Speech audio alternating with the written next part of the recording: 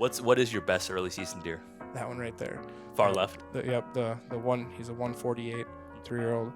That's kind of a neat deer. I used to work at a archery shop, and when I was working at the archery shop, had a guy come in. He said, I just shot one with a crossbow. I need new arrows.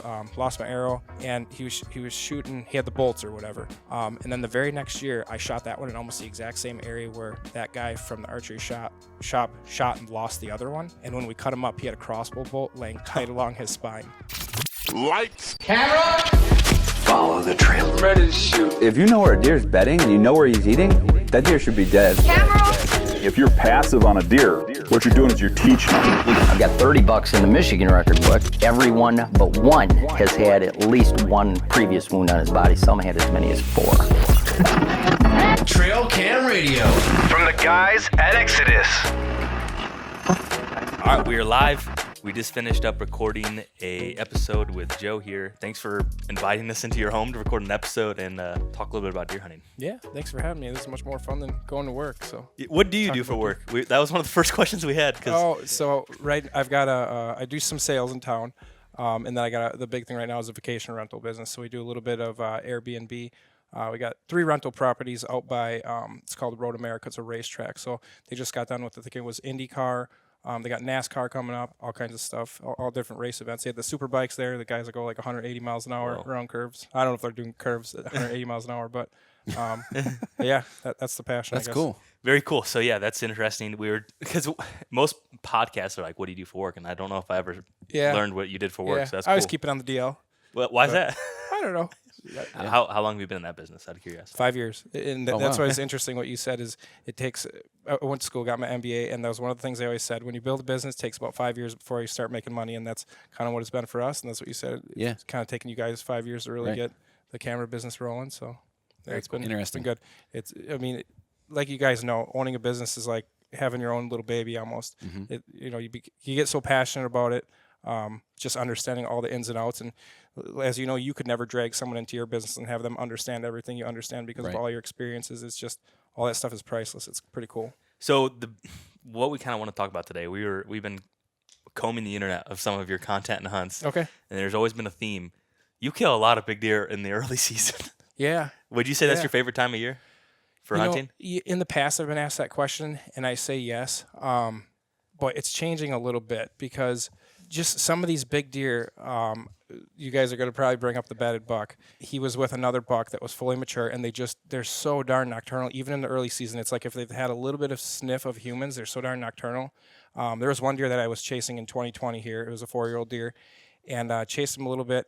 And what actually happened, I had this deer, I had his bed all figured out. I had a wireless trail camera over the bed, and I actually got back home from Pennsylvania, and we were at a furniture store, the wife and I, and my phone started going off. I started getting pictures of this buck laying in the bed, and I'm like, oh my God. I told the wife, I'm like, we got to leave right now. And she wanted to buy a couch or something. It might have been this couch, I don't remember. And so we left, and I ditched her after getting home from Pennsylvania, ran out to the woods, got all set up, and I had the bed marked on the map where it was in the swamp, and I was only 80 yards from this bed, and the deer would stand up, lay down, and the camera would go off every time he'd stand up and lay down, and I'm like, this is going to be so cool. This thing's going to come out. I'm going to smash him. I'm going to have all this. I'm going to have footage of it, everything. And finally, at last light, he stood up, and I'm like, God, we got like 2 or 3 minutes for him to get from 80 yards from me to him, and he came through after legal light, and I guess what was that? That was it was still end of October, but it took him after legal hours to get out of the swamp for me to get a shot. I mean, I could have pressed in the swamp, but then you're getting kind of in that danger zone where their senses are up and they're going to nail you. And fast forward to, I think it was like November 6th, I found that same buck in a different bedding area. Caught him going into it in the morning, got set up on him at night, and the sun hadn't even hit the tree line, and he was coming out, and I shot him high through the back, didn't get him, a different gun hunter got him. I'm starting to learn how to take advantage of the rut a little bit better. I guess that's an example. And some of the mature bucks, it's just so darn hard to catch them moving in the early season. But I do get them in the early season. I mean, a lot of those 2-year-olds and 3-year-olds act pretty foolish in the early season. You can still get some good ones in the early season, but... You mentioned something there, like that threshold of 80 yards. Is that your bubble? No, not necessarily. Every situation is so different. Just in this situation, you're going through water. Water can actually be pretty quiet. A lot of people think it's noisy, but if you just pull your feet in and out of it real slow, it's just a trickle or maybe even that, if that. It really varies. It depends what you've got. Like in the Cribs episode, we talked about the one with the double drop tines there. If you were actually going to hunt his bed, boy, you'd be within shooting range of him when he stood up, just because he was so close to the road. You could walk down the road quietly and sneak right up on him. So I wouldn't say there's like a threshold for me personally. Do you attribute a lot of your early season success with September, or with Wisconsin opening in September as well? Like if it, Illinois or whatever other states open October 1st, most states. Yeah, absolutely. Because when October comes around, it's like a switch flips. I was talking to Andy May about this last year, and you can trim out. I mean, right when the season's opening, you can go into a lot of these bedding areas that they're going to be in October and get them ready. Because they're just not in them yet. They're out by the crop fields. That one that I shot through the top of the back last year, I knew a guy over by some private that was keeping an eye on him, and it was just out by the crop fields, kind of doing foolish stuff. And then once October rolled around, it pushed him down into the swamp. Can you dive in a little bit more about prepping those spots, because they're not there yet too? So what does that look like? Are you still scouting for potential locations as they shift away from crops? So you can't trim anything around here on the public land.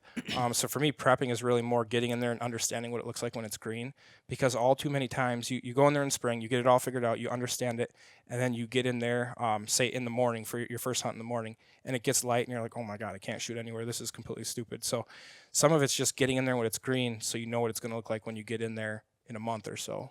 Know where you got to sit or what tree you got to be in, just understanding it a little bit better, because I don't think you can figure all that out in spring. I usually one time in, you figure it out, or like obviously you go one trip in and then you wait, or like break that down a little bit more.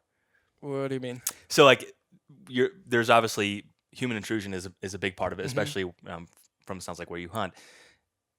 Are you going in that month prior to kind of have it mentally set up, pick out the tree, and then stay the heck out of it, and then wait for a weather front or wait for intel, or what does that look like? Yeah. So I guess, and this is also situational. So as I talk right now, I'm thinking about a specific buck that I chased last year. And so it's almost situational to that buck, because I've got a different buck this year that I'm expecting to chase, and I understand what it looks like, all that. I don't have to really do anything. I just wait for it to be go time and get in there. But this particular buck, I knew this is a different buck, I guess, than I talked about the one that I shot through the back. But this particular buck, I was waiting for him to get in there. He had a rub line that would open up, and he would drop down into this little swampy pothole. And I hadn't seen the rub line. I had some cameras on it, and he finally popped up on a camera. And then I've been using the wireless cameras quite a bit more. They're kind of cool. Just when you work so much, you can't be running around checking 20 trail cameras or whatever it is. But then I started getting them on camera, dropping them down into this pothole. And you'd have them going in there in the morning, and you'd set up at night, and you'd sit until it was black, and they still wouldn't get up and move. It'd be dead quiet, and you wouldn't hear them moving. They would just sit tight. Gosh, that doesn't answer your question. I'm rambling now. What was the question again? You semi-answered it in terms of what it boiled down to is talking about being able to go when you postseason scout at a spot. The deer are going to shift off the crops as things change, and you're going in and basically going through the checklist one more time. Like, okay, things look exactly, or things are what I thought, or I need to adjust accordingly. Like, what are some of the things that you're noticing that change from postseason scouting to when you're getting ready to go in and have a plan? And again, I'm thinking about this particular scenario, so I'm sure there's things I'm going to miss, but it's just where they're able to travel, kind of where the trails are, because this particular deer had a heck of a rack on him, and he's not going to go through a thick tangle if he can, just where he's going to navigate.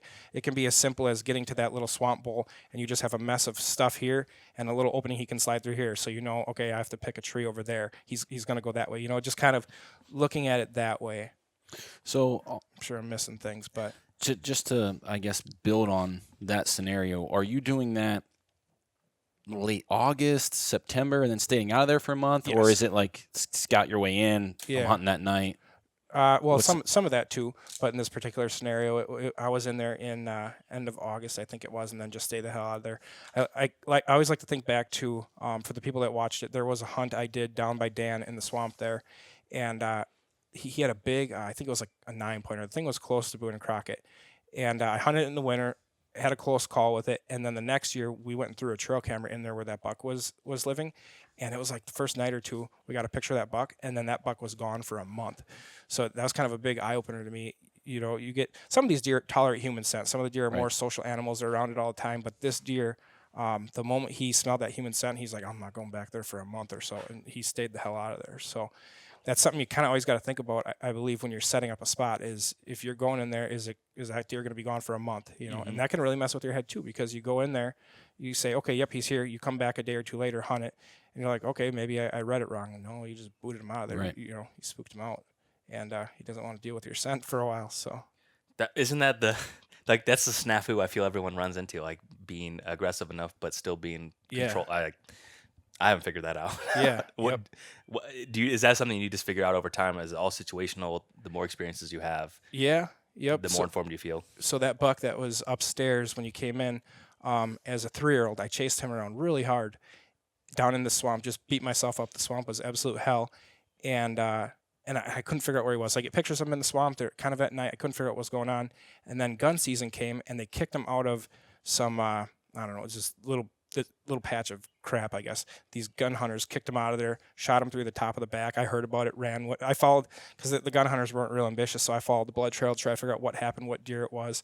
And then I shot him as a 4-year-old, and you can see the big lump on his back where they hit him and everything. But here I was, diving down in the swamp, beating myself up, and he was on the outside of the swamp because I was screwing around inside the swamp. So then I learned it. The next year, I adjusted a little bit, and he was in the swamp quite a bit more. You can mess up your deer. Yeah, know? for sure.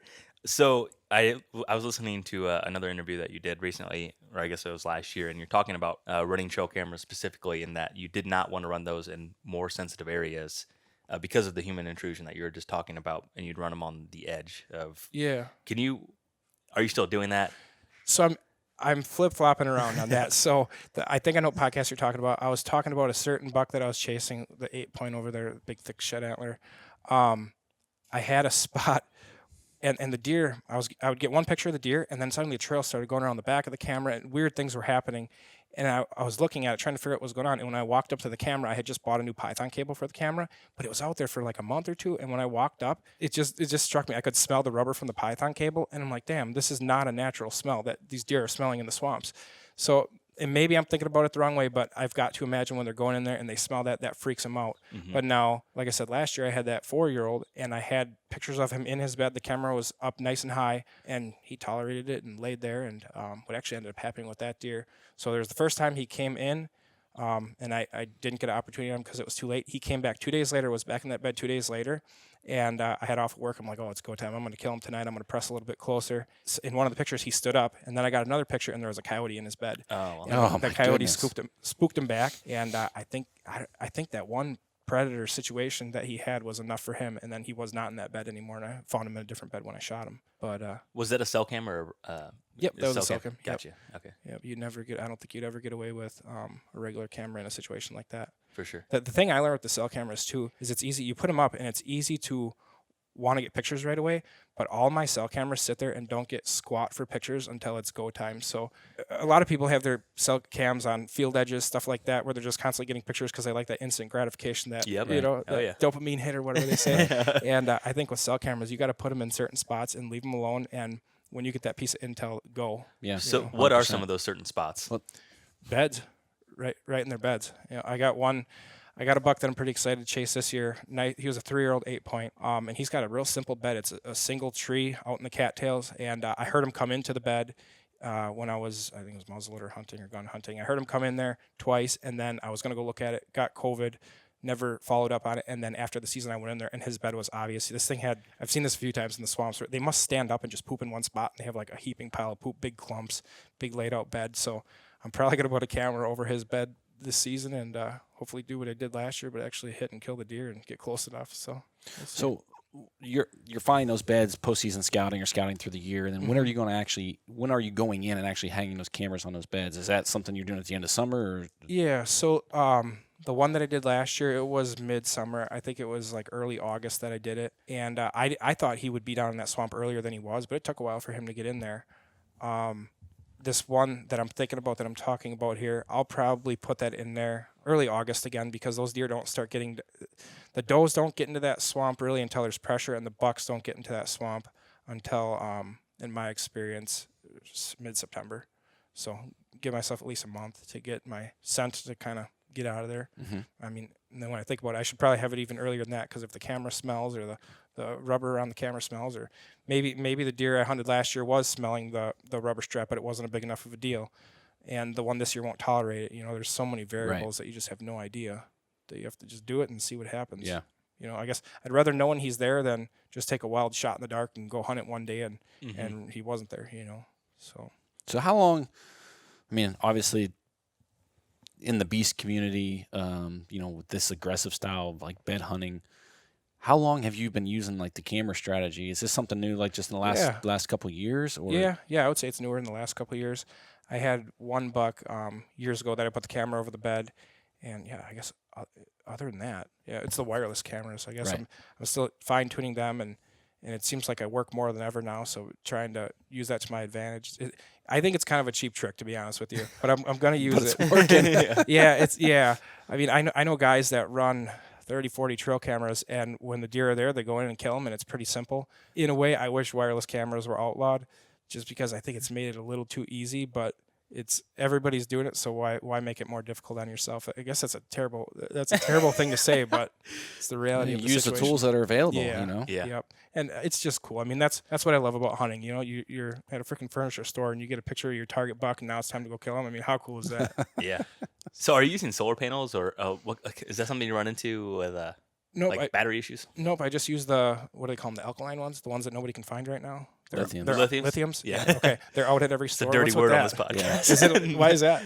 Oh, you're the battery Well, guy. there's just there's some like real science behind alkaline batteries and lithium batteries, and like the voltage, just discharge rates and resistance inside the battery. I mean, we talk about it all the time. It gets a little complicated, but basically you only get half the capacity out of a set of alkalines. Okay. Like you're like 0.75 amp hours versus 3 amp hours, and then there's voltage loss and decrease, and they're just they leak.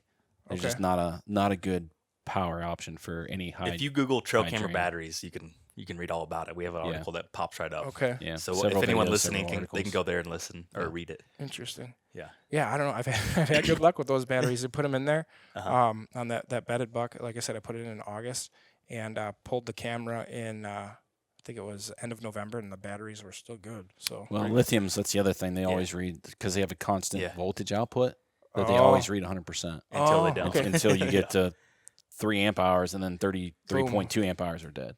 Discharge rate. But the bigger factor is probably that you're putting them in places where you're not getting a ton of pictures, where people are like, absolutely, yeah. you're like, cell camera battery life isn't very good. Well, you put it over a bait pile or a field edge, or whatever the case may be. Yes, that's very true. And I don't put it on video mode.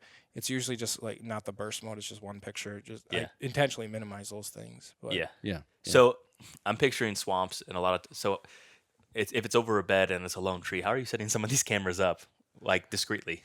Or is it usually where there's a cluster of trees or? Oh, so that the deer won't see it? Yeah, like just high up, looking straight down. I'll give you guys the photo of the buck in his bed for the Cribs video, and because I talk about it a little bit, but you can see it's just looking straight down at him, and that's deceiving too, because he could be laying on a bog behind it or something like that. The night that the coyote chased him, I still set up anyways because I figured he might be on a different bog, and you could hear him way the hell back in there, and he wasn't coming out anywhere near legal shooting light. But yeah, you can be so wrong too. You could, How many cell cameras are you running?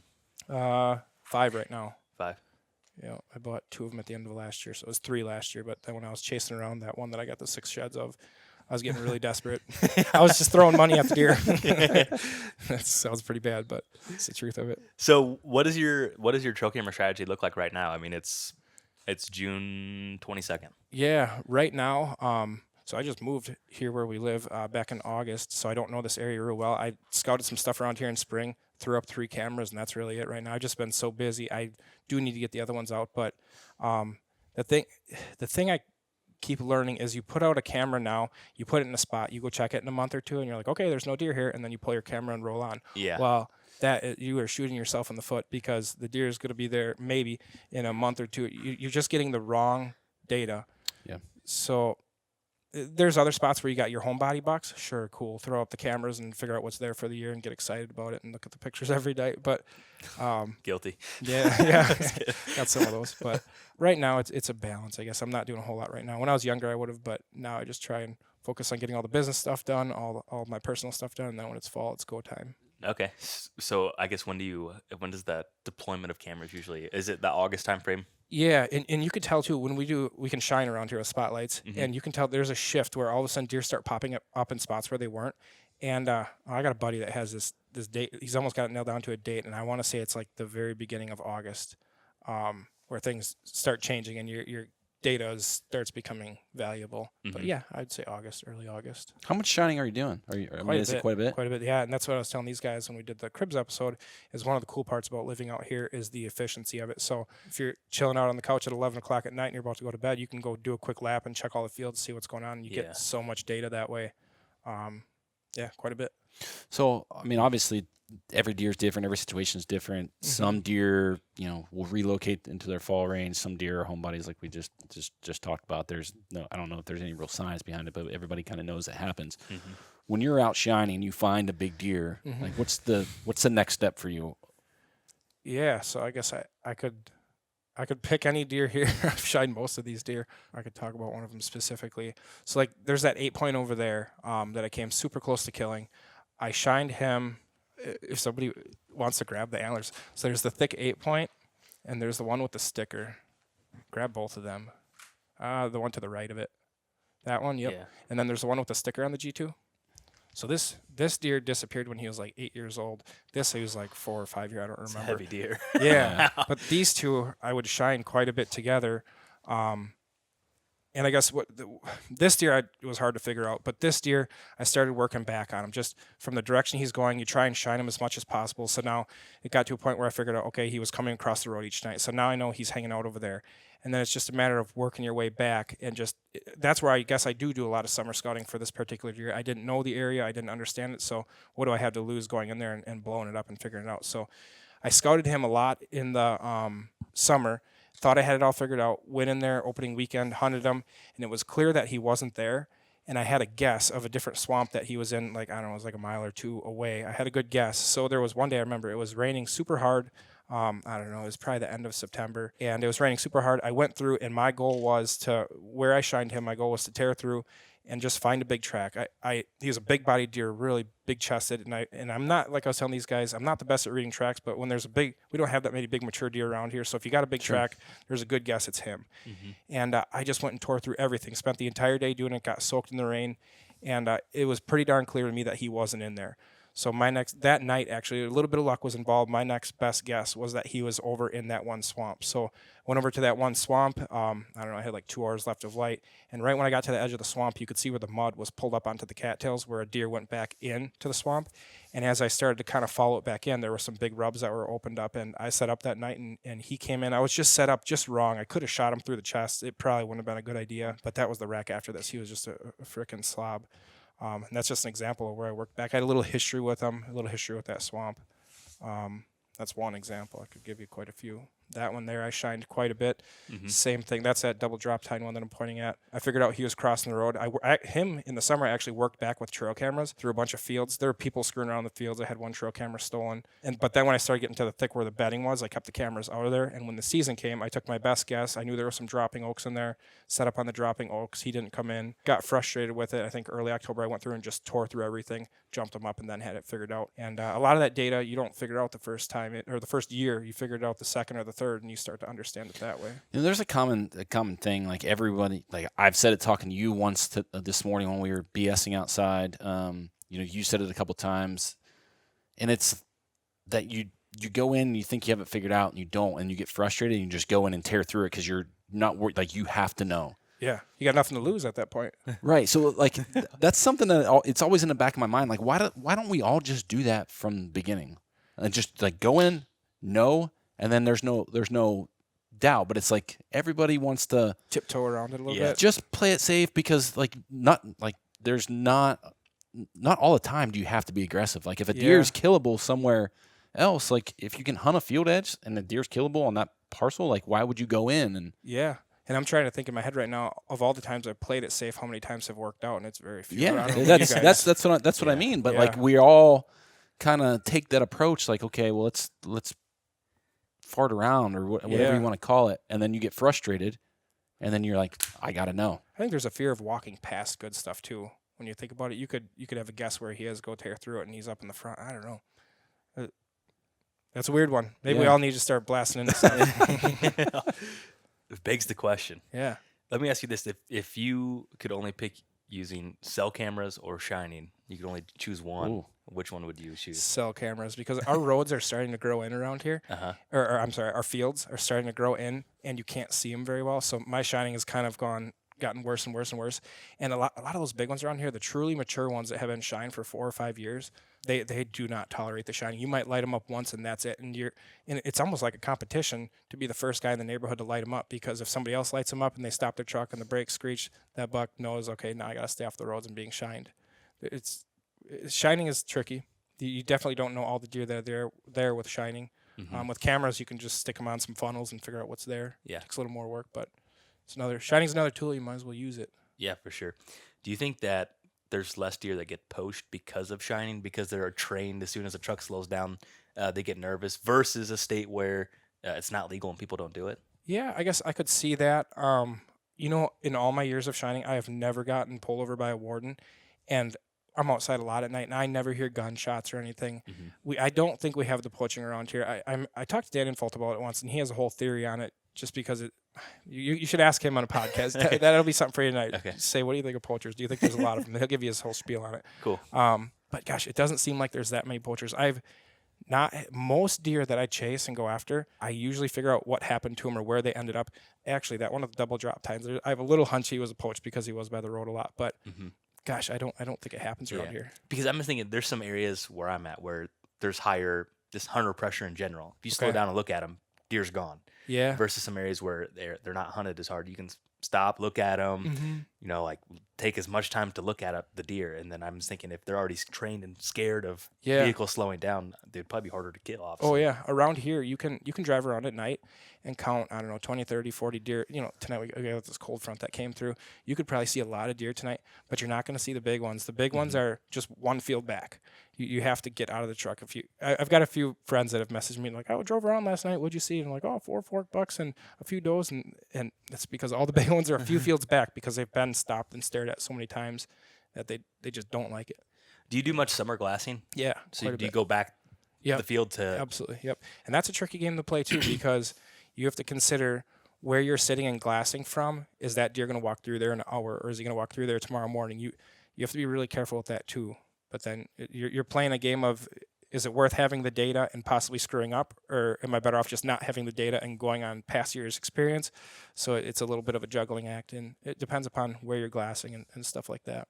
What do you typically tip towards? I mean, are you more aggressive on the summer glassing? Yeah, because I'd rather know than take a guess. You know?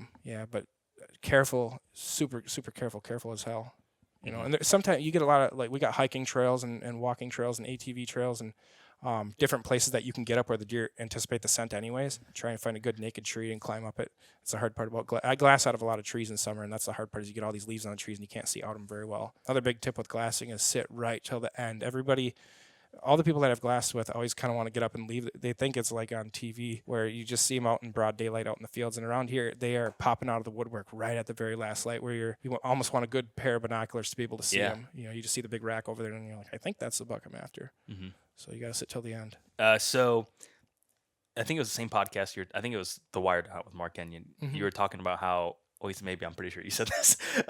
Over the last 5 years, you've made a lot of adjustments and find a lot more success. What are some of those key things that you've changed that have made you more effective as a hunter? Stop shooting 2 and 3 arrows. That's the big one. Because I would shoot. Well, you asked me about my success early, and I think I kind of reflected, and I keep shooting these 2 and 3. I get all excited. They come in, and I shoot these 2 and 3 year olds, and just wait a little bit longer, and you get the opportunity. It's my own.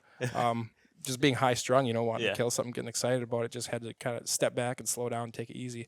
That's probably one of the biggest ones because I was doing a lot of the right stuff. It's just you can't expect to get an opportunity at a mature buck every week, multiple times a week. You get your 2 or 3 shots a year, and better make it happen. What is your best early season deer? That one right there, far left. The one. He's a 148 3-year-old.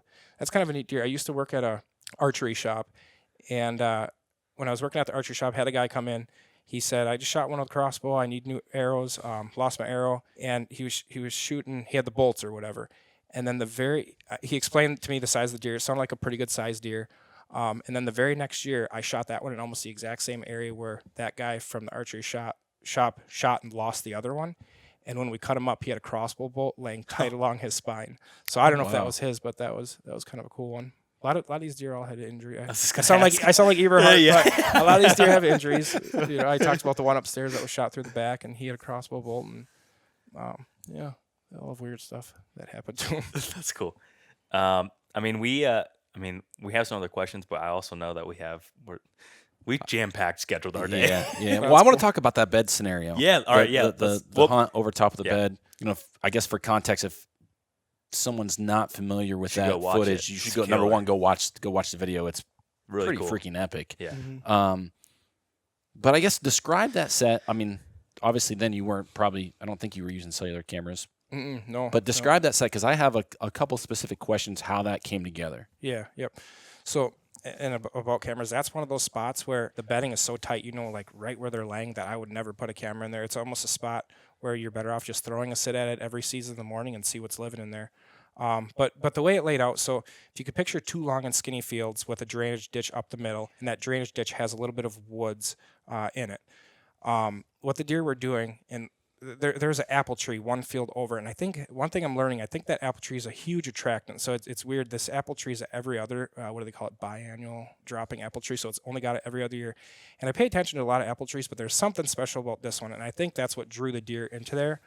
And this year it's actually dropping, so it'll be exciting to see what happens. But I believe what was happening is those deer were hanging out in that little wood lot and then going over to the apple tree and feeding at night. And I had set up a little further over by the apple tree the night prior, and I had a different deer come in from a different direction, blew him out of there, figured I'm done with this crap. And I started getting down. I actually had I was trying out the saddle that night, and I took my saddle platform down, made a clunk with the buckle, I think, on the platform. And this deer was right below me coming out of that little sliver of hardwoods in that drainage ditch, and he took off back towards that woods. And I thought, well, he didn't smell my wind. All he heard was the clank. He maybe saw me, has no idea what I was. So I need to get back in there in the morning. I bet he'll be in that little woodlot again. I know right where they lay in there, so I'm going to get as high as I can to get my scent. There was corn on one side and sorghum on the other, and I want to get as high as I possibly could to get my scent out over the corn, and with hopes he was going to lay within range. And where I expected him to lay, I wasn't sure if I'd be able to see him when he was laying, but I know when they lay down, they always stand up throughout the day, and I was going to get my crack. I had the day off, and it was pretty simple. I went in there. I got in there super early. It was like 3 o'clock. I had to walk down some corn rows to get in, and you could just slide up to the back of the tree, so I knew they weren't going to cut my scent. And just picked a tree in the dark. There was it was moonlit that night, so you could see pretty well. And just climbed up the tree, and he came in. Actually, what happened is a different one came in. I couldn't see it, but I could hear it, and it laid right where I expected it to. And I thought, perfect, it's him. And then he came in and laid down right below me. The buck that I shot laid right below me. And I could tell it was him in my binoculars as the moon came over. And I had an hour to think about it. I'm like, yep, that's the one I'm shooting. I don't know about anything bigger that's in the area. And so I wasn't worried about the one that was laying over there. And it got light, and I flipped on my GoPro over my head and turned on the one on my camera arm and got it on him and shot him right in his bed. And the thing that happened that I didn't tell in the video is after I shot him, 150 incher stood up on the right side of me. It was a buck I'd never seen before. Still don't know where he is, what he's doing. That was 2 years ago, so I've got this little hope that he comes back this year. I doubt it, but if I gave you the video and you watch it, there's some cuss words that come out because he was big. It was cool. But, well, there was 2 questions I had. I think you answered one with the height of that set, getting up over top of the corn and not worrying about your thermals, like just being sucked down in there. But what was the wind speed doing? Was it a super calm morning, or did you have some wind carrying slightly breezy? So you had some wind getting your scent away from that. Yep, it wasn't overly aggressive breezy. And I think there's a point where things would have happened during the day and they maybe would have smelled me. But even when I shot that little one and that big one stood up, it took him a while. He kind of ran forward, ran backward. It took him a while, and I could have shot him. So you just have to be really ready. I don't know, but I believe you have to just be ready to go. Because when they stand up or something happens, you got to be ready to shoot them. So no face mask, no hat. No, that's my thing. I get picked on for that a little bit. I don't know. I just don't like hats and don't make me hot. And what do they say? 80% of your heat goes at your head or something? Yeah. I don't know if that's true, but I don't know. I don't like hats. Gotcha. Mario sent me a hunting beast hat the other day, and I put it on, and my wife's like, "You look terrible in that thing. Take that off." So I don't think I'm a hat guy. Yeah, I guess not. One other question. So I pulled this. So this is from the Minnesota Public Land Challenge. Yeah. How crazy, what are some other examples? So what I'm showing him is you basically packing out this deer walking across someone's cell camera, and then Yep. the guy on Facebook like sharing that. Yeah, How small is that? How many other small world things happen? I think anybody trucking back to where we were is hardcore enough that they're trying to learn information. When you're trying to learn information, where do you go? You stumble upon the beast and the hunting public and all that stuff. So Well, I creeped his Facebook. He's killed some really nice deer. Has he? Yeah, I clicked. I can tell you where he probably got him. No, I'm just kidding. That's cool. That's cool. So, has anything else like extremely small world happened like that? Because I mean, yeah, it keeps happening with all this video stuff. Yeah, yeah. I had one last year. Like I feel like I'm pretty good spotting people's trail cameras, but I had one last year where a guy messaged me and said, "Is this you?" I'm like, "Oh yeah, that's me. You got me." But yeah, it definitely happens. That one we saw that camera there, and I think it was Dan said he's like, "Dude, you got to walk under that with that buck on your back." I'm like, "Okay."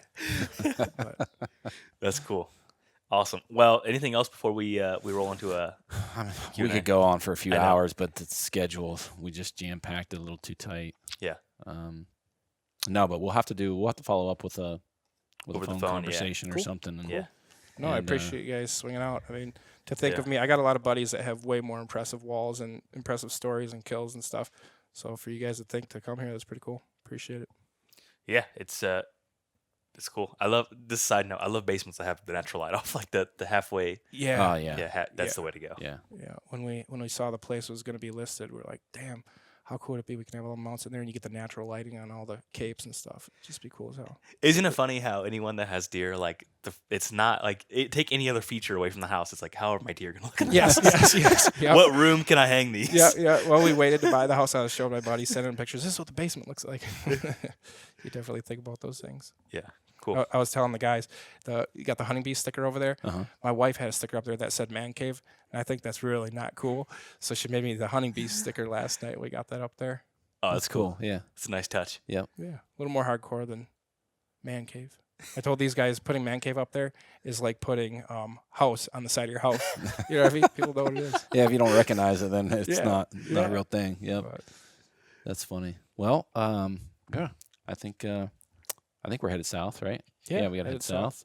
down by Milwaukee. But we definitely appreciate the time. Thanks for coming out. Yeah. Yeah. Where can people find you? I'm sure most people have, but if Hunting Beast, do a little bit of Instagram. Facebook, you can only add so many people, so that's kind of a lost cause. I put out any good content, anything cool, I think I just put on Instagram. Cool. So Awesome. Well, we appreciate it, and we'll link thanks to that. for coming.